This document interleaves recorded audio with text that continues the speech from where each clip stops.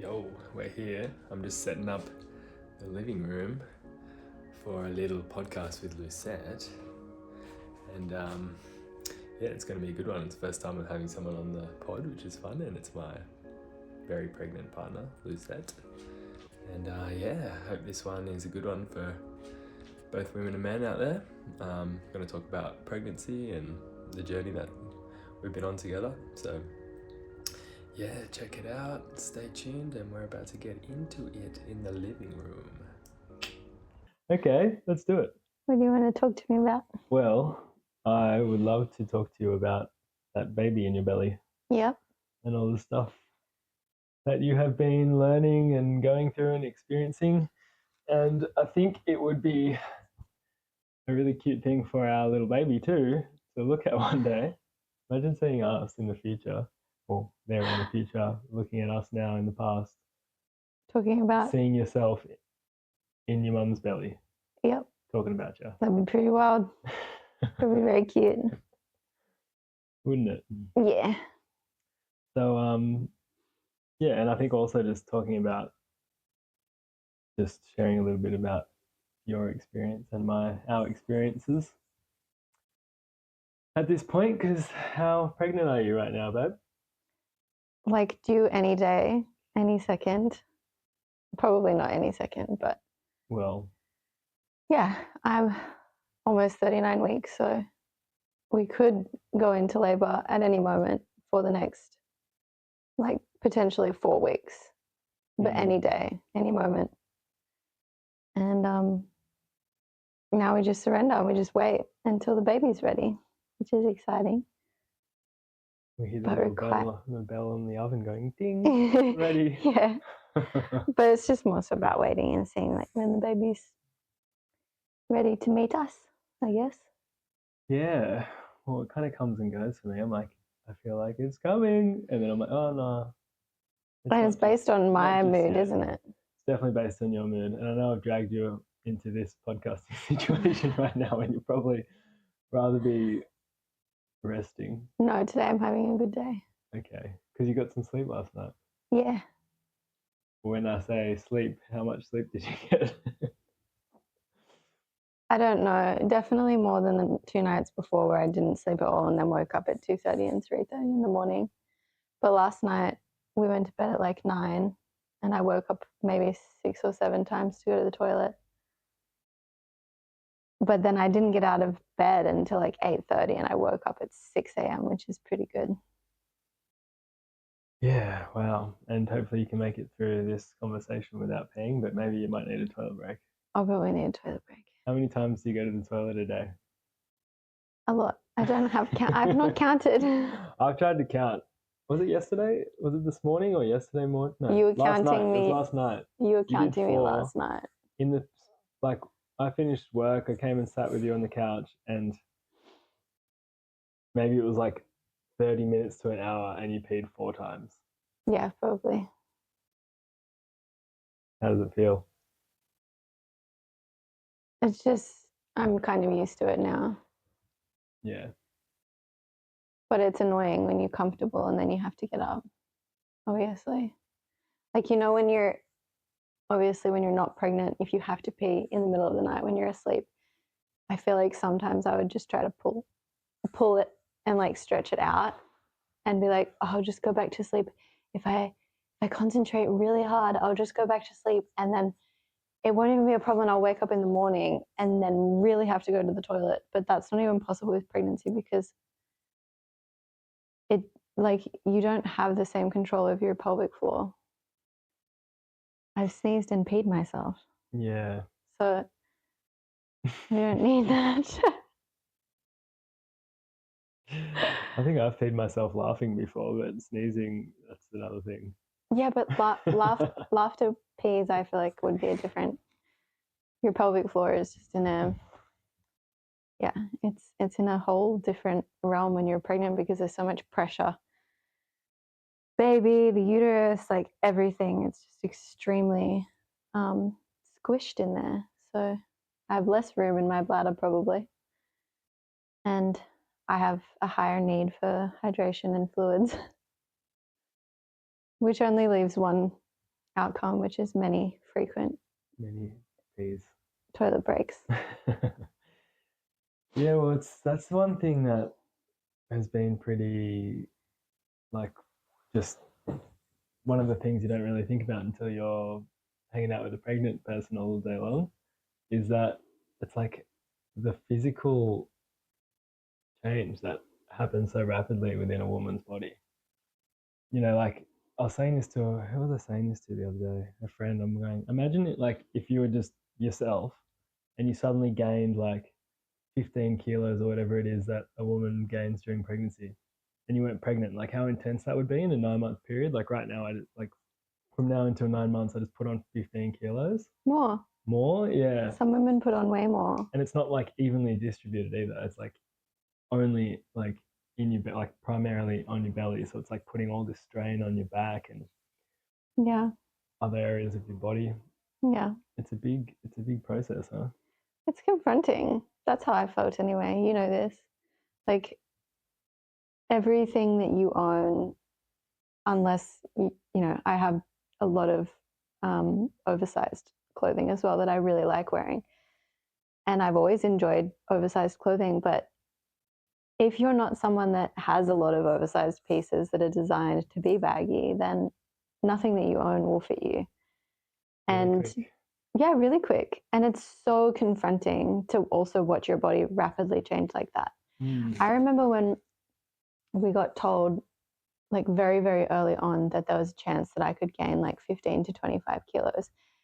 And I laughed and thought, absolutely no way, like on what tiny little frame I had before. But then when you consider the blood volume increases, you have amniotic fluid, you have the placenta, you have the baby weight, your breast tissue increases, and then overall everywhere in your body is probably going to plump out in some degree to help, you know, nourish and protect the little baby. It's just, yeah, it's confronting. And I found it really difficult some days because there's never been much of a weight fluctuation in my life. I've always kind of been the same size. I've always been pretty slender. Luckily, it's genetic, and I've never had an issue where I've needed to like watch what I'm eating, even though I'm very healthy. But like I've never needed to like diet. Not that I even like dieting, but you're always on a diet. You live a healthy diet. I do, but I also the diet is always anyway, isn't it? That you're always on some form of diet. Yeah. But yeah, it was hard. And then, you know, moments, I don't understand. Some like pregnant women find great jeans. I never had any like success with a pair of jeans once I fell pregnant. They were all just like too small. It didn't matter what size they were all too small. I couldn't button them up. There were tears, as you know, because I love jeans. That was a big day. I love pants. Finding a pair of pants was such a big process for me. The comfy pants process. That was a real thing. That was never ending. That was for weeks, trying to find the right pair of comfy pants that you could just wear and feel comfortable in. Yeah. And thank God for my friends at LC Swim. They came in really with the best comfy pants. They did. And that was a big game changer. And then I felt like I could finally relax because it's cold. My legs were cold. Nothing fit. And I didn't feel good in the stuff that did fit. So yeah, it's dramatic in a number of ways. Yeah. But it's not the end of the world. And then there's, you know, I don't know, I was thinking about this. The beginning of a world. Exactly. Yeah.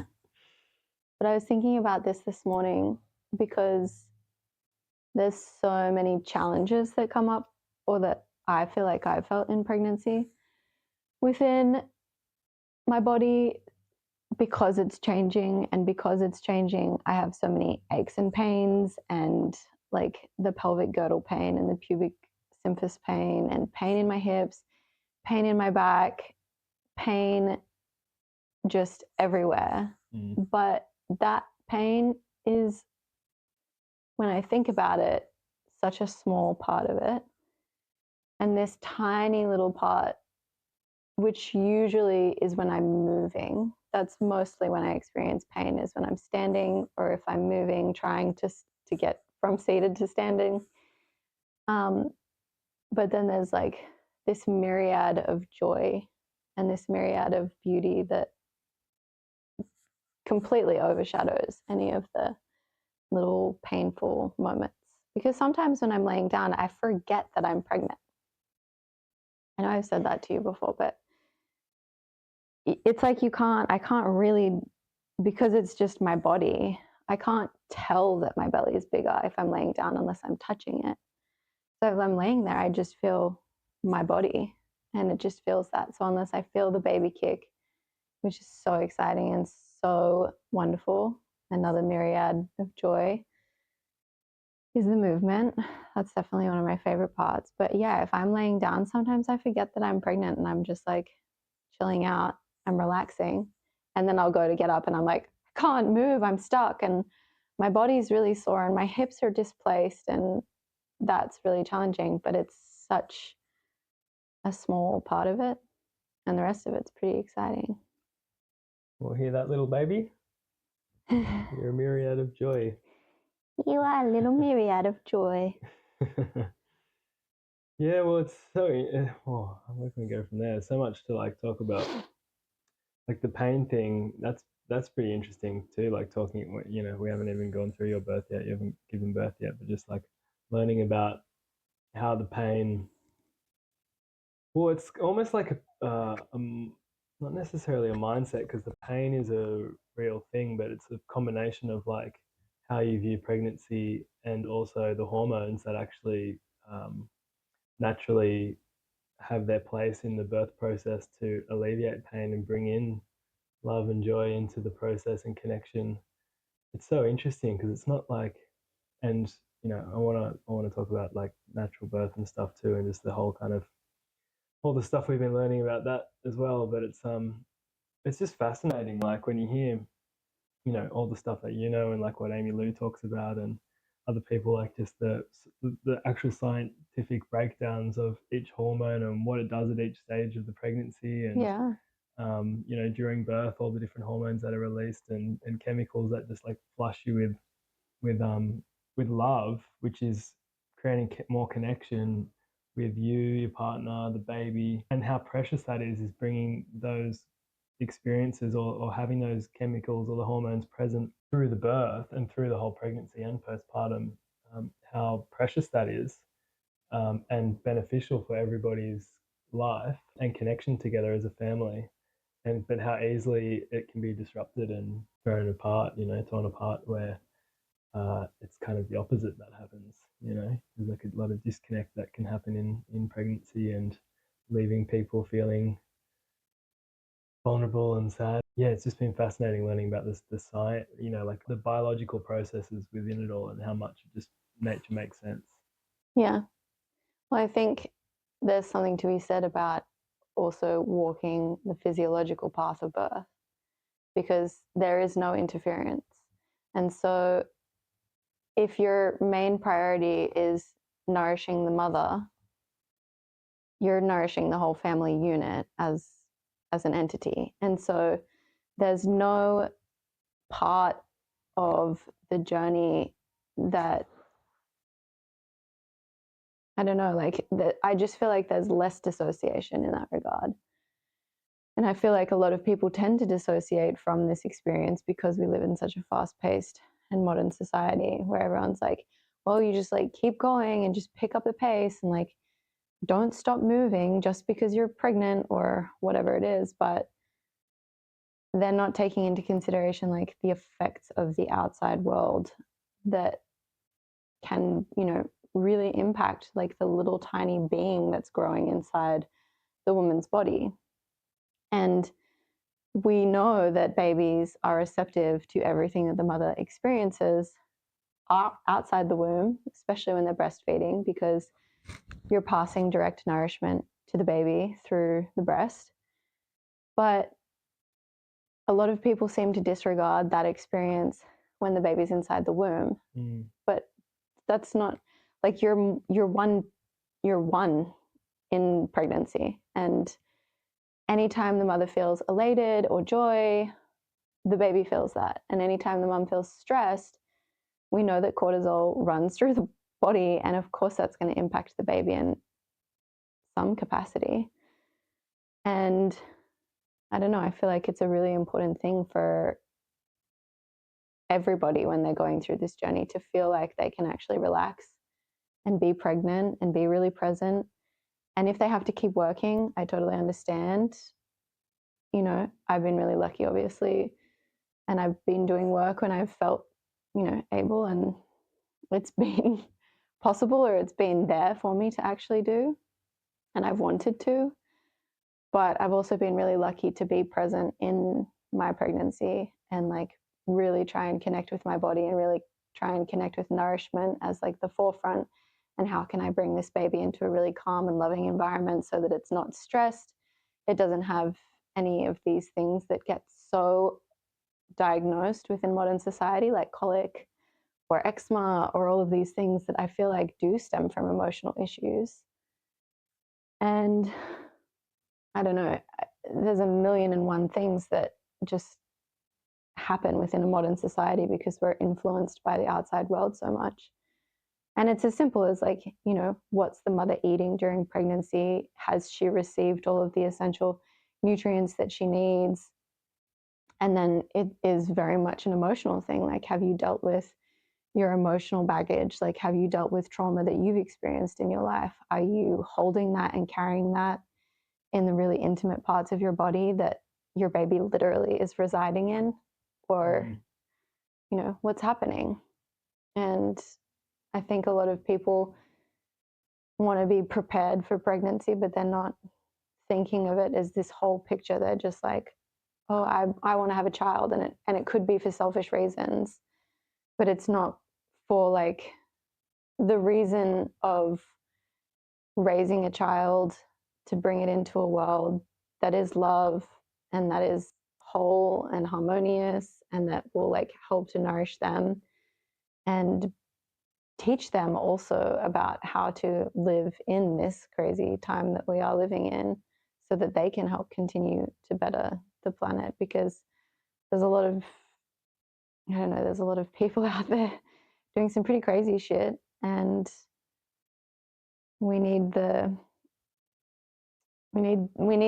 opposite of both of those. We need the polarity as well. You know, a lot of the conscious people seem to be a little bit deterred from having kids and bringing kids into this world because they're like, why would I bring a child into this world right now with the way that it is, which I totally get. And it comes to mind all the time where I'm like, how can you bring a child into a world where all this crazy shit is going on? But when you look around, there is so much beauty in the world as well. And of course, it would be amazing to show that to someone for the first time and see it through fresh, tiny little eyes.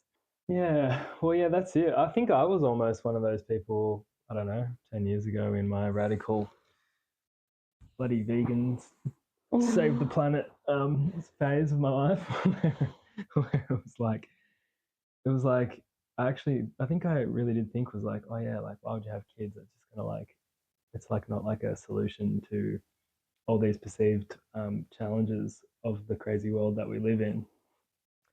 But you know, now a bit older and more mature, with more life experience, it's like, oh no, that's actually the most important thing to do is to bring new life to the earth in a conscious way, because you know how else are you going to keep humanity alive? And we're the solution to all the problems. You know, it's like because a lot of the time people are talking about, oh yeah, like if humans went around, like nature would just do its thing. But humans have lived in harmony with nature um, forever. You know, as I like to talk about tribal culture. You know? Yes, I do. Well, you I know, think tribes lived with nature. They were a part of the like humans are a part of the natural ecological world that we live in, the natural system. We're part of that system, and we could easily extinct ourselves too, like unfortunately we've done to many other animals. But yeah, there's like that's right. It's like bringing it's probably the most important thing is to be able to bring a child or a new life to Earth in a way that is really intentional, and they're not having the same things that you know our generation or generations above might have had, because you know, with epigenetics and all this stuff like ancestral trauma, and you know, you see how it's these patterns that can play out and these imprints that happen. And right now, the crazy shit in the world is kind of like we need to, yeah, like find or act and live in a way that is on a different path away from that. I mean, when you think about where humans have come, it's amazing. There's obviously a lot of innovation, and it has changed the face of the planet for both good and bad. There's no doubt about that. But realistically, every single living organism on Earth is literally designed specifically for the reason of procreation. That's it. Like, seeds do it, fish do it, mammals, we are mammals. That's kind of all that we're really. Little mammal in here. A little mammal. That's kind of all that we're meant to be doing. And humans have evolved to where we are now. And all of the innovation, the walls, cars, planes, all of these things, they're great. And they add a multitude of luxury to living the human experience, right? But there's a lot to be said about tribes that are also living so simply and have the best quality of life. And we, in the modern society, are super removed from that. You know, like a lot of issues take place in modern society. Like, you know, we don't need to get like super dark and grim, but, you know, suicide rates are through the roof, mental health is through the roof, physical health is through the roof. People are unable to conceive because we've got, you know, poison in the water, poison in the food. We're taking birth control, which is suppressing the natural functions of the pregnancy brain can't even females of fertility just in general. Yep. And men too, or the yeah. It's like half the sperm count every generation is lost at the moment or something like that. Yeah, it's a really big statistic. And it's really sad to think about, because what we are designed to do, so many are struggling with now. And there's incredible innovations taking place to help people get pregnant. But what if we didn't need those innovations? What if people were just in harmony with their body, with their partner, with their emotions, with their hormones, and those physical attributes that are characteristic to living on Earth just took place naturally, you know? And that has so much to be said about. There is so much to be said about the way in which humans have evolved and how we've kind of devolved in other ways. Yeah. Because if you can't conceive, then your biological function, which you were created for within nature, is broken. And that's really sad.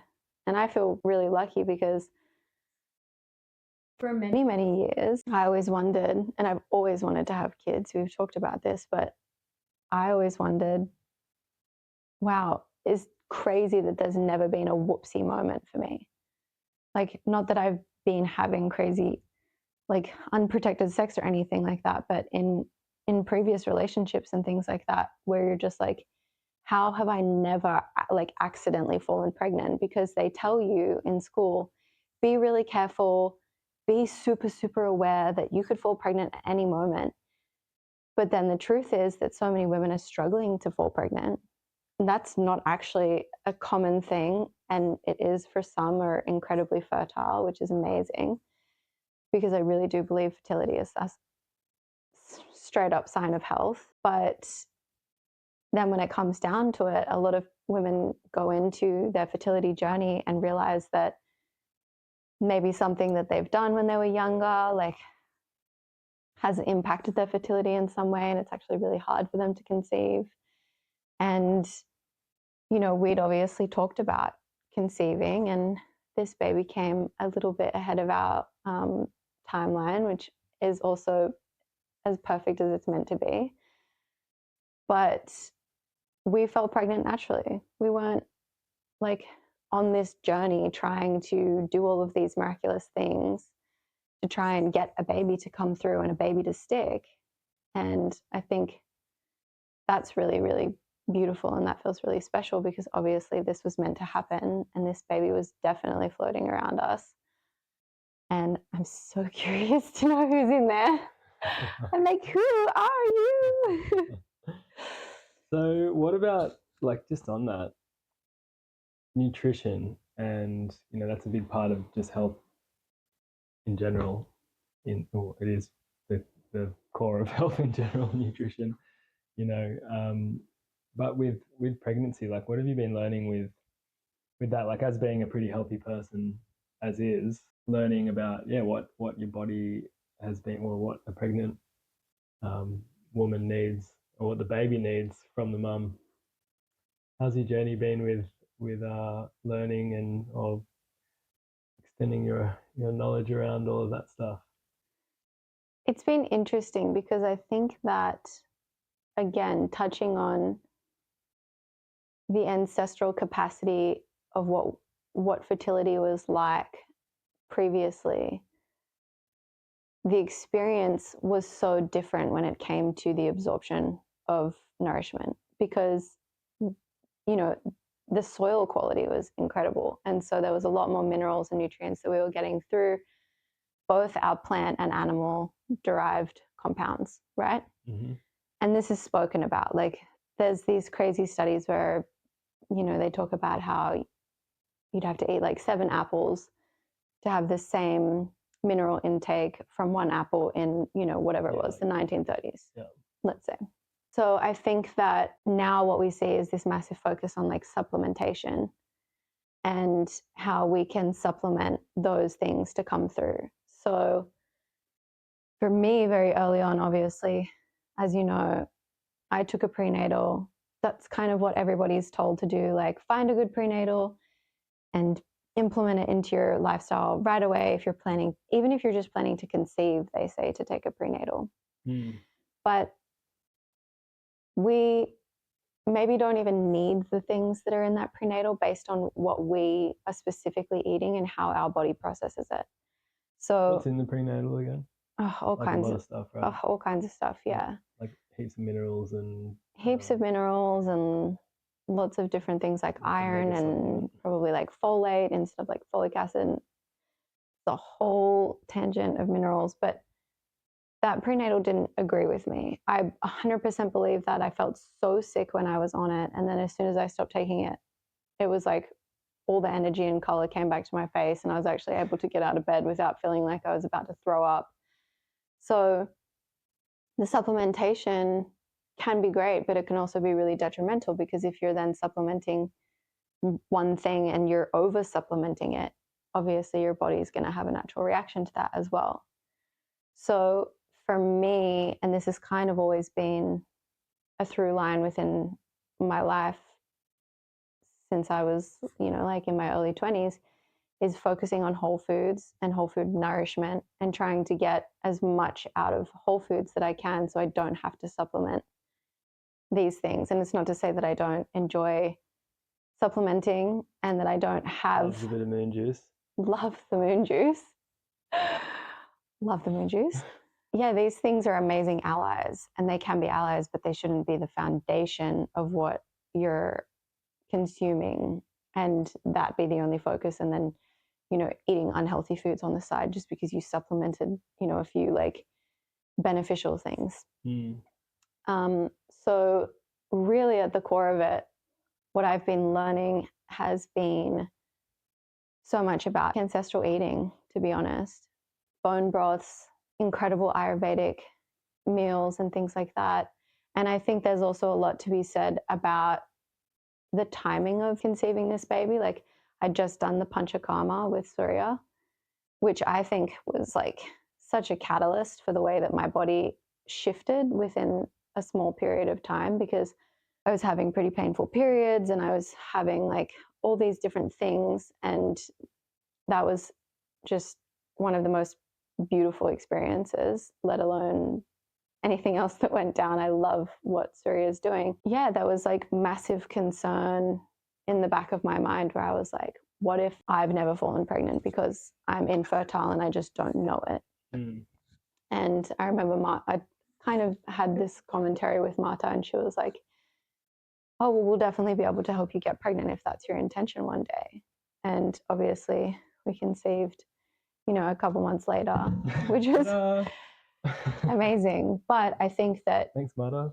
Yeah, thanks, Marta.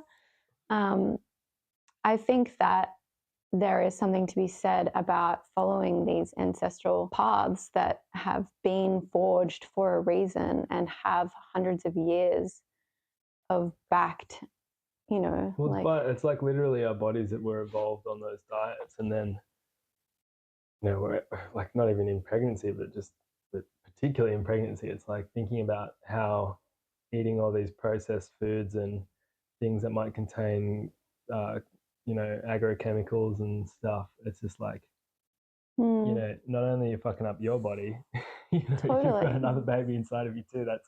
That's pretty much eating those, or you're passing on like the synthesized kind of nutrition to the baby, because they're not eating the whole food. They're taking on the digested foods and energy and nutrients from you. Yeah, it's just crazy. Like, it's so fragile. And then thinking about how these, kind of crazy to think about, but it's like these new ancestral diseases, the degenerative ancestral eating that's starting to happen now, where kids are, autism is on the rise, and cancers, and all that results of chemical agriculture and soil depletion and mineral loss or whatever. It's like, we're just passing that on. Like, you kind of got that choice. It's like, and starting with birth, it's like that's one time, and it's not too late ever anyway, because you can detox these things too. Like, we've grown up in the world we have, and chosen more of a healthy route now. And in times of my life, definitely haven't been aware of this stuff.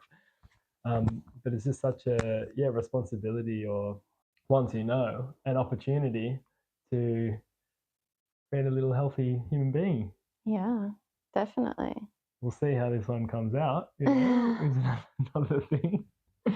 Yeah. But I'm sure it's going to be a little healthy, fit, strong little cherub. It will be a little fun, strong cherub, yes. A fun one. A fun little cherub. Yeah. But I mean, in terms of actual things that I've learned, because I feel like I went on a bit of a tangent there, but... Well, I feel like postpartum has been a massive learning, no? Yeah. Like the diet and stuff and food, or just how that all links up, like the care. This whole thing about like pregnancy having a lot of hype around it, but really like postpartum is... It's so, the ongoing thing that people tend to overlook. I remember a couple months ago, a friend of mine had messaged me. She'd just given birth to her second daughter. And she was like, how are you doing? Like, how's everything going for you? And I just responded, I actually feel really good in understanding the pregnancy now. But postpartum feels like this huge black hole that it was just way bigger than pregnancy and birth, because pregnancy has this like finite period, right? It's you're pregnant until you give birth. Pregnancy's done. Birth is a moment. You're not giving birth for months and months. But there's this huge lead up to birth. And then past birth, if you're unprepared, no wonder so many women struggle with like postpartum depression and depletion and this like plethora of issues that then takes place that, of course, like I said just before, all impact the baby and your entire family unit. So for me, it very rapidly became increasingly more important to understand how I was going to prepare for postpartum than pregnancy, because I felt like, okay, pregnancy, I've got this. Like, there's nothing more safe than the baby being inside my body right now. And there's nothing easier than the baby being in my body right now, because I'm not like a separate entity from the baby when it's inside me. I just do what I'm doing, and I take... The baby comes along. Yeah, and the baby comes everywhere, and I don't have to think about like, okay, the baby needs to be like in this outfit because it's cold outside and I need to be making sure, there's like so much that happens when you have a newborn in your arms. And if you are mineral deficient or you're sleep deficient or you're unsupported in your postpartum, it is so difficult to care for yourself, let alone care for this tiny little human that is completely dependent on you. And so when I started looking into postpartum practices and postpartum care, it really dawned on me that, especially in previous generations, there has been no reverence for the experience of what the mother is going through. And there's been this huge expectation for the mother to just resume life as normal and basically get up and entertain people so that they can be like, wow, look at this shiny new baby. Like, isn't this cool? And whilst it is, there is something to be said about the fact that the mother and the father are only just meeting the baby for the first time themselves. And especially for first-time parents, becoming parents is a huge step, and there should be reverence and space allotted for that, in whatever that looks like and whatever makes you feel comfortable. And so one of the biggest things that I feel like stands out to me is supporting parents and the mother to really be in a period of rest, because you've just gone through birth, whether it's been a physiological birth, a home birth, a hospital birth, cesarean, whatever it is, your body has gone through a pretty big transition. You've just pushed a human out of it. Oh, yeah. And there needs to be a level of, grace and time and rest that is considered and is also just respected within the mother's experience, because no one can say that that's an easy process. And some people do have really easy and beautiful births, but it doesn't mean that they don't deserve rest. And so what that looks like and what a woman actually wants to do could change day by day, Within Ayurveda, they talk about the golden month, which is 40 days rest. And you really determine what that rest looks like and how that feels best for you. And perhaps you get a week into it and you're like, I don't know, I'm not feeling great about being so isolated, or I'm feeling really good and I want to get out and about. And you might get out and about and decide that perhaps you're not actually ready. And so you can go back to your cocoon. But I think it's a lot harder to step backwards than it is to do it if you've pre-planned it, for instance.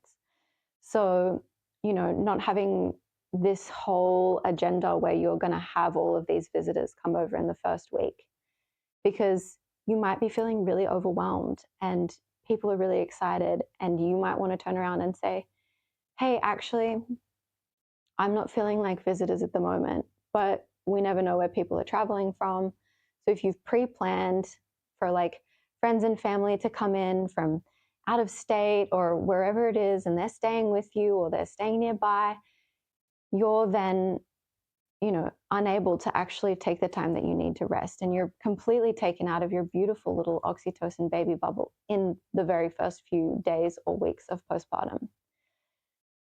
And for me, that rest is kind of the most important and profound part of what the postpartum experience is. Because if you're not rested and you're not getting sleep and you're not getting nutrition, none of that benefits your milk to come in, which is the only thing that the baby really needs. That's the only thing that the baby will drink. And if your milk doesn't come in, sure, you might be able to get donor milk. You could probably start the baby on formula. But we do know that the most beneficial thing to the baby's health and development is breast milk from its biological mother. And we know this through many studies, and we see this in nature as well.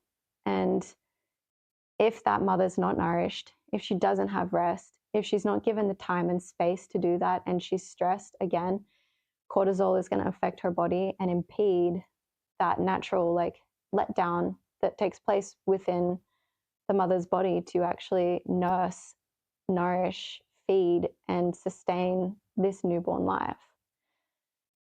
And so, yeah, rest would be right at the top for me, and nourishment for sure. Like, I have spent many hours preparing meals for us so that we have a really supported postpartum period where we don't have to get up and stress about cooking, and we know that the meals are going to be things that we actually want, and we're not going to have to and need, because the whole digestion system in the pregnant body shifts. Like, everything moves up, your stomach's up here and it's on its side, and you're getting acid reflux and everything's intense.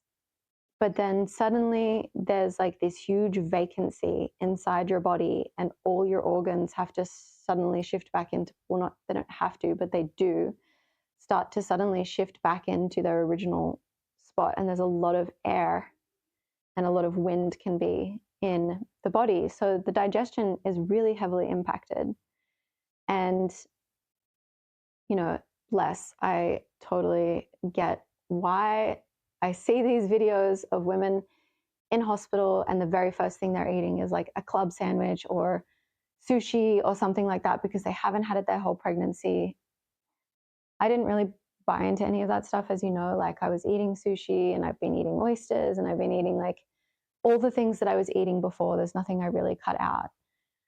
But none of those foods are actually supportive to your body when your digestion is imbalanced. And so the best thing that you can be eating is Ayurvedic meals. Traditional Chinese medicine also talks a lot about this. Like, you want to be eating really warm foods, warming foods, easy to digest things. So nothing things that will support your organs and their recovery. Yeah. And nothing that's going to shock your digestive system, because it's going to be so frail or sensitive after. Totally. That. Yeah. It's crazy to think about. Like, I was like, for me, I've just never really thought about postpartum, until you've been pregnant so much, like a little bit. Yeah, it's like, of course, like, you wouldn't be eating like ice cream or like something really cold like immediately after birth, which people do. Like, and sure, do it if you want, but when you think about it, that's going to like shock your digestive system, and then that's the most important time after pregnancy, those 40 days or immediately after, and however long until you're healed. Or I don't know if healed's the wrong word, because it's not like you're not healed, but yeah, like until you've supported your organs to move back into a place of balance. It's like only from then you should kind of go, okay, like I can do these other things. But and of course, like warming, like Ayurvedic food, but just warming bone broths and digestion supportive foods are gonna make sense. Well, I mean, bone broth's a great example, because obviously there's so much collagen in bone broth, which is so helpful in tissue repair. So it's great for bringing back all of that tissue within your yoni, within your vagina, within your uterus, to really like contract back and start to like repair itself, because there's a lot of stretching that takes place and ab separation and things like that. And none of that needs to be immediate, but it's supportive of that function taking place. And so, like slow cooked bone broth, incredible. It's amazing. Slow cooked meats and things like that are really supportive, because they're going to be easier to digest.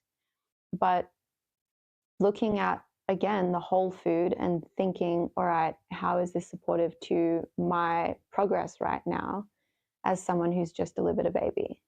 And also thinking about, the foods that are maybe going to impact your milk supply and how that then transfers to the baby. So, getting way more protein that you have ever eaten in your life into your body.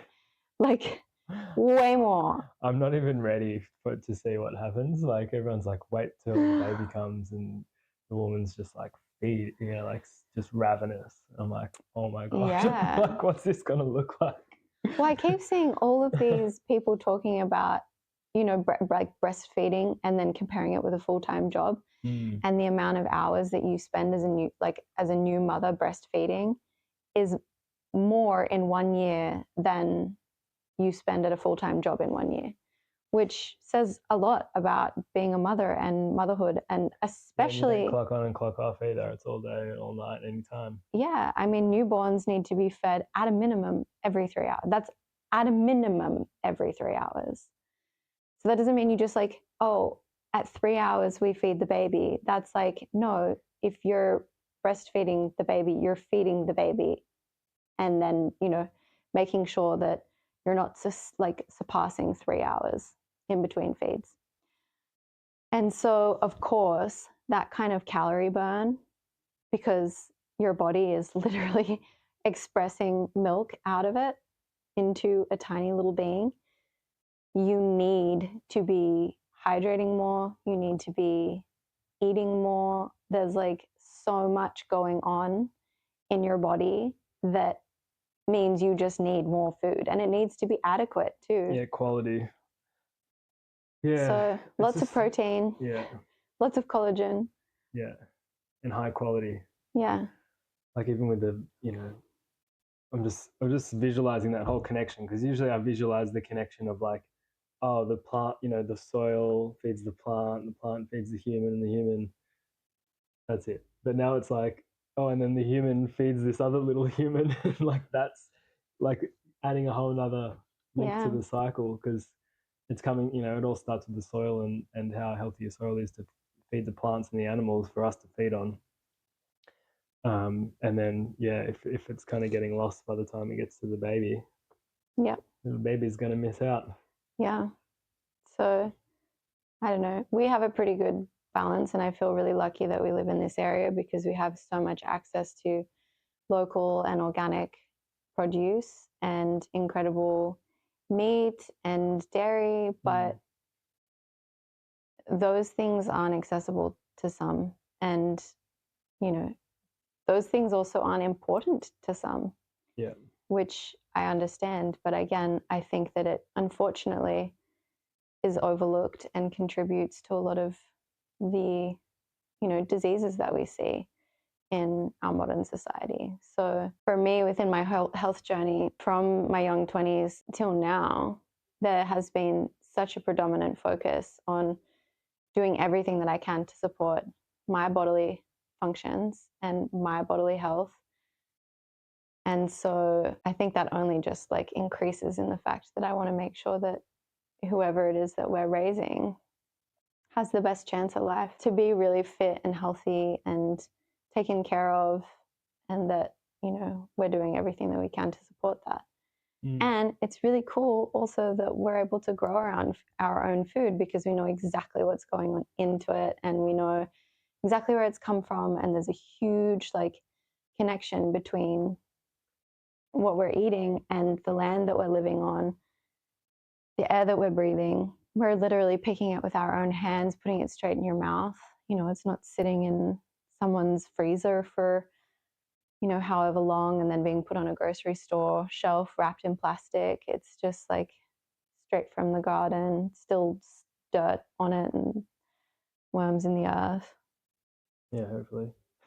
There are. There is, yeah. Well, yeah, that's the thing. That's the best way to take control of your health is to grow your own food. Of course, it's the most fresh and nutrient controlled way to do it. Okay, well, I think the last bit, and we can do another one of these later, and there's a baby here. Yeah. And we can hopefully look and go, oh, all those things came true.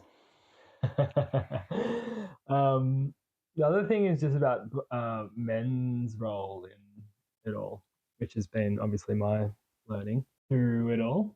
And I think it can be useful. Like I don't know if I found any podcasts or anything about like men's role in birth so much. There's a lot of women's stuff, but it's just kind of, I guess this is in general is going to be interesting for men and women to listen to, because it's like, oh yeah, things you might not have thought about, or maybe you have been, but just bringing more attention to it. But what are the main things that you or that men need? We can both talk about it, but men need to take care of, or to support women through birth and through pregnancy so far. I feel like for me, it's been so incredible to just have been able to like be pregnant and be less stressed about bringing in work. And it's not the ideal situation for us right now, because I would love to be contributing in the financial aspect as well. But there's no way that I could have done a normal job in some of those first few months of pregnancy. And I really give it to women who are in the, like, you know, especially when the first trimester is usually the time that women aren't telling people that they're pregnant. So they're like struggling through whatever this job is that they're doing whilst feeling potentially incredible morning sickness and throwing up. And yeah, I mean, kudos to them for sure. And, you know, there's a lot of women who don't have any symptoms of morning sickness. So that's a whole other thing. But I've felt really, really blessed and taken care of by you, and that support in allowing me to go through these insane changes with reciprocity and also with understanding that, you know, it's a huge shift on the physical body, the emotional body, the hormonal body, the spiritual body. Like, really allowing me to be in that has been super, super amazing and really important, because it is a moment in time and you only do it once per child. So, you know, I think, yeah, to be able to support a woman through her pregnancy journey without pressure of work is an incredible gift to give, because you'll never understand like the stuff that comes up in the body or that comes up in the mind. And it's really, really difficult when you live it day in, day out. Obviously, that's a huge weight on the man, but yeah, it's been a big one for me. I think another one is just also understanding that the emotional changes in the emotional landscape are really, really different from what the men's experience is.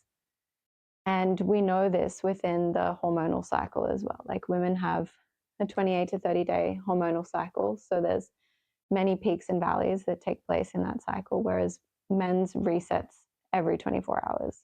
Yeah, just understanding that there's going to be a lot of emotional support needed, because you're not only carrying the weight of your own emotions, but you're now carrying this blossoming new being that, regardless of what you believe in or how woo-woo you want to get, I personally believe that we do, you know, have past lives and we do incarnate into new bodies, and we carry those past lives with us in some capacity.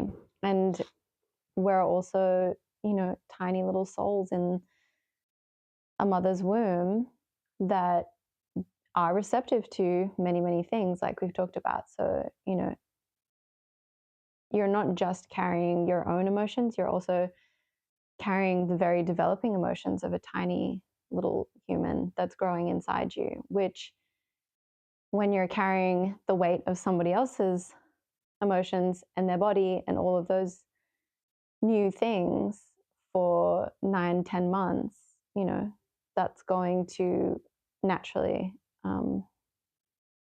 just kind of add to the whole spectrum of what's taking place. So for men to have a little bit of grace and understanding with their pregnant partners would be such an incredible thing to experience. And yeah, don't call pregnant women crazy. I say this all the time. I feel like if you ever would have called me crazy, I would have been so upset. But did you? You kind of looked at me like you did just then. Call you loco. Yes, it's bordering on. That's bordering on some, like, you're getting ready to be attacked by me. But you know, Never. you can't help it. And there's some stuff that just overcomes you when you're pregnant. And to just have space to move through it and be like, it's okay, and I support you, and you can think, sure, like, oh man, she's being fucking crazy. Maybe. And just get on and do the dishes. But yeah, just like keep moving through it and allow that to move, because it will move and things will shift, and hormones, we know, do crazy things to the body. So first would be allowing rest. Second would be like allowing the emotional and hormonal narrative to do what it's doing. And narrative's probably not the right word, but allowing emotions and hormones to do what they're just going to do, not trying to make her suppress them in any capacity, because I don't think that's helpful. And then I guess maybe at the top of the list, like, I think it's so important for the partner to be as interested as the mother is. And you'll never be as interested as the mother is, because it's like this innate, intuitive, biological function takes over, where all you can think about is, how am I going to get ready to birth a child, and all these changes that are going on in the woman's body, and then I'm going to raise this baby. And it is, it's innate to mothering. That's the simplest way to put it. But I think that a lot of women feel really alone in pregnancy and birth and postpartum, because maybe their partners just aren't interested, and they don't want to have the conversation with her all the time about what she's learning. And they're just like outsourcing the information from somewhere else. And I think what's been really cool for me is that, you have taken initiative to listen to podcasts on your own and read books. And, I share a lot with you, of course, and you're not pregnant. So you're not living in the body of like someone trying to prepare their own body for the experience.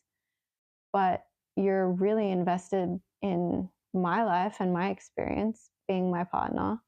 And so it's important, and it has been really important for you as well, to also, dive into that in your own capacity and look into things. Yeah, I think it's like a big part of it is just trusting. Like, I think probably men, there's a whole array of reasons why men might disconnect from the birth journey. And I think a big thing is probably fear.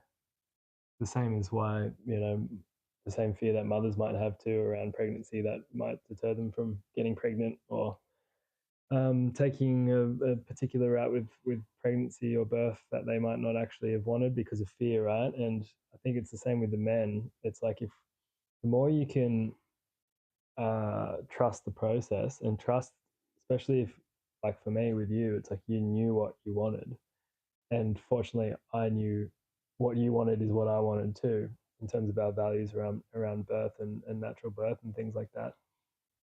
But a big thing is just like trusting, because you can easily, I can see how easy it would be to just go, shit, like this is all a lot, and I'm just going to disengage because I just don't feel like I've got control, or I don't trust this process and I can't control it. So then I'm going to disassociate or tap out and just be absent. And and that's, I guess, for the rest of your life too with the kid. But yeah, it's just like trusting the woman. If she's got an idea of, like you knew you wanted to have a baby your whole life, you're passionate about it.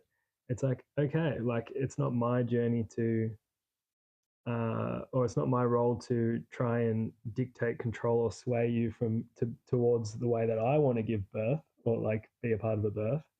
Not that I've got a different idea with you anyway, but if I did, it's like letting go of all these things that,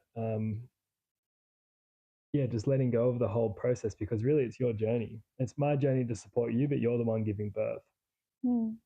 And I think that's men's role primarily, is just to support the woman in what she wants to do, or how she best wants to bring this life into the world. And it's not really any of your it's not really any of your business in a way to tell her what to do, what to do. It's up to her. And that's a beautiful thing. That's what a powerful woman is somebody that knows what they want, and is gonna go through the birth process, because I'm sure a lot of men would want to go through this fucking crazy process of growing a baby and giving birth. Like, it's a huge thing, and we're just not built for it. No. It's literally just not how we roll. So No. but we are built for protecting the process, protecting the space, and being present, and being able to provide and do all the things, because biologically we are still able to do all the same things that we did before you were pregnant. Yeah. I can still run and do physical activity and lift heavy things and bend over and get sleep and and pee like normally, not 50 times a day. Yeah.